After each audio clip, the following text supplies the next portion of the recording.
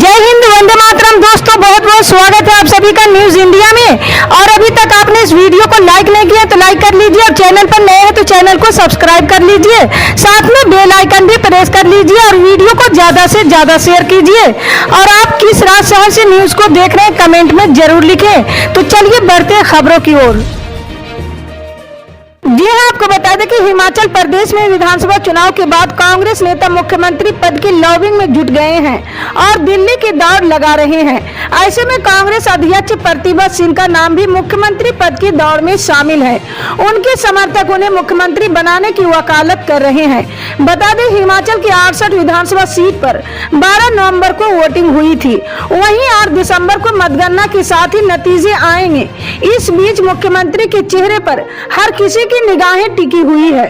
जी हाँ, वहीं प्रतिभा सिंह ने कहा कि कांग्रेस पार्टी ने लंबे समय तक देश भर में शासन किया है, लेकिन कभी गांधी परिवार की तरफ से लोगों में नफरत फैलाने का काम नहीं किया गया।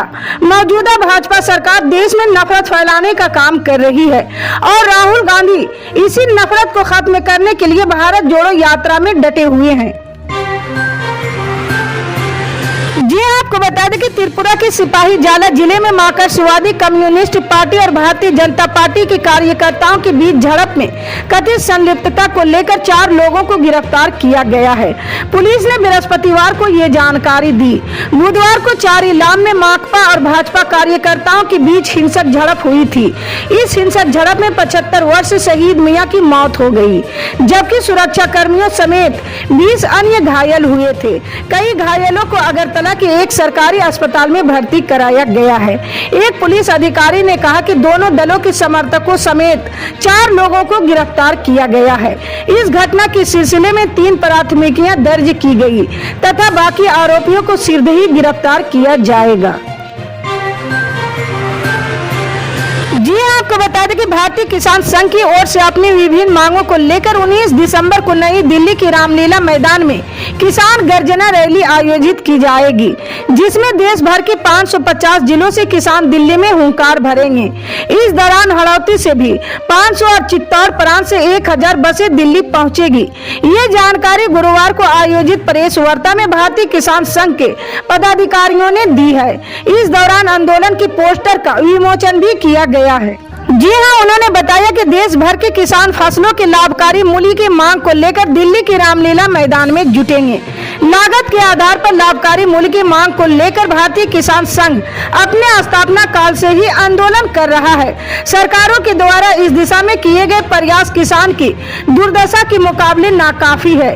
इसलिए अब देश भर में भारतीय किसान संघ के कार्यकर्ता ग्राम जनसंपर्क करते हुए 19 दिसंबर को दिल्ली में लाखों की संख्या में किसान गर्जना रैली में शामिल होकर अपने अधिकारों के लिए आवाज बुलंद करेंगे।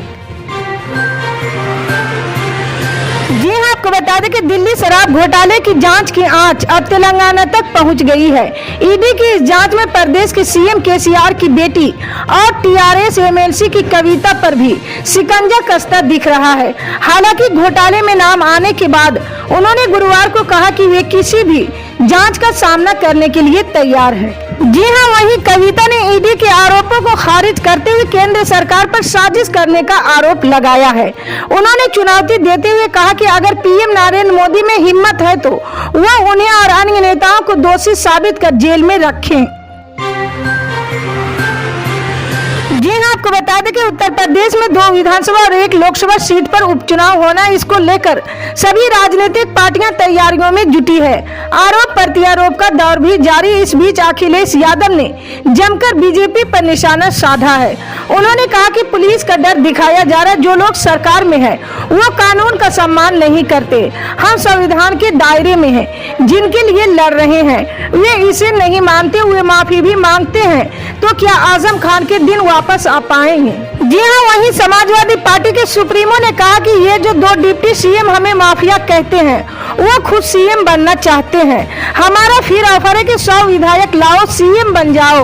उन्होंने कहा कि कैसे डिप्टी सीएम डॉक्टर का ट्रांसफर नहीं करा पाए, दूसरे का विभाग बदल दिया जिसमें बजट ही नहीं है।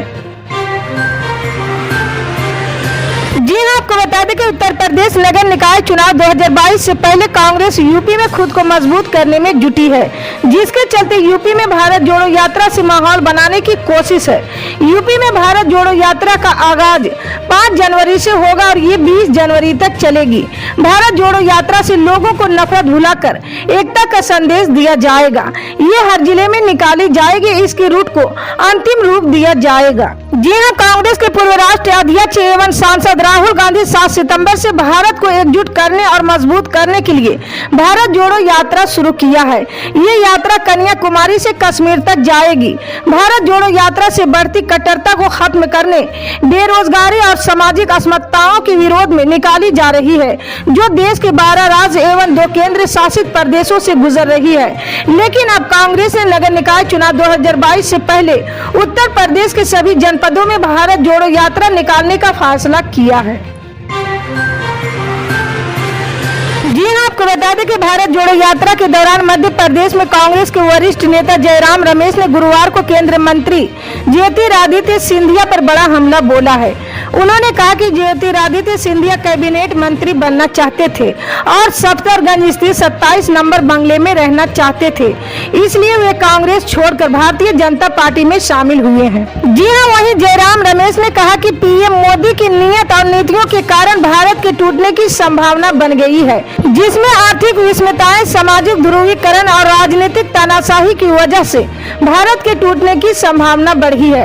उन्होंने कहा कि इसको रोकने के कारण भारत जोड़ो यात्रा निकाली गई है। जी हाँ, आपको बता दें कि उत्तर भारत के ज्यादातर राज्यों में ठंड के साथ साथ कोहरे ने भी दस्तक दे दी है। न्यूनतम तापमान में लगातार गिरावट देखी जा रही है। वहीं इन सब के बीच दक्षिण के कुछ राज्यों में अभी भी बारिश हो रही है। मौसम विभाग के मुताबिक अंडमान और निकोबार, कर्नाटक, तमिलनाडु और केरल जैसे राज्यों में अगले कुछ दिनों तक बारिश देखी जा सकती है। जी हाँ, वहीं मौसम विभाग द्वारा लेटेस्ट अपडेट के मुताबिक दक्षिण अंडमान सागर में एक चक्रवाती हवाओं का क्षेत्र उभरने का अंदेशा है। इसके प्रभाव में 5 दिसंबर के आसपास दक्षिण पूर्व बंगाल की खाड़ी और इससे सटे दक्षिण अंडमान सागर के ऊपर एक कम दबाव का क्षेत्र बन सकता है। इसके पश्चिम उत्तर पश्चिम की ओर बढ़ने और केंद्रित होने की संभावना है। अगले 48 घंटों के दौरान बंगाल की खाड़ी के दक्षिण पूर्व में एक दबाव बन जाएगा। इसके बाद इसके पश्चिम उत्तर पश्चिम की ओर बढ़ने और 8 दिसंबर को तमिलनाडु पुडुचेरी तटों के पास पहुंचने की संभावना है। इसी तरह की पल पल के अपडेट जानने के लिए जुड़े रहे हमारे न्यूज इंडिया के साथ। मिलते हैं अगली बड़ी खबर में, तब तक के लिए जय हिंद।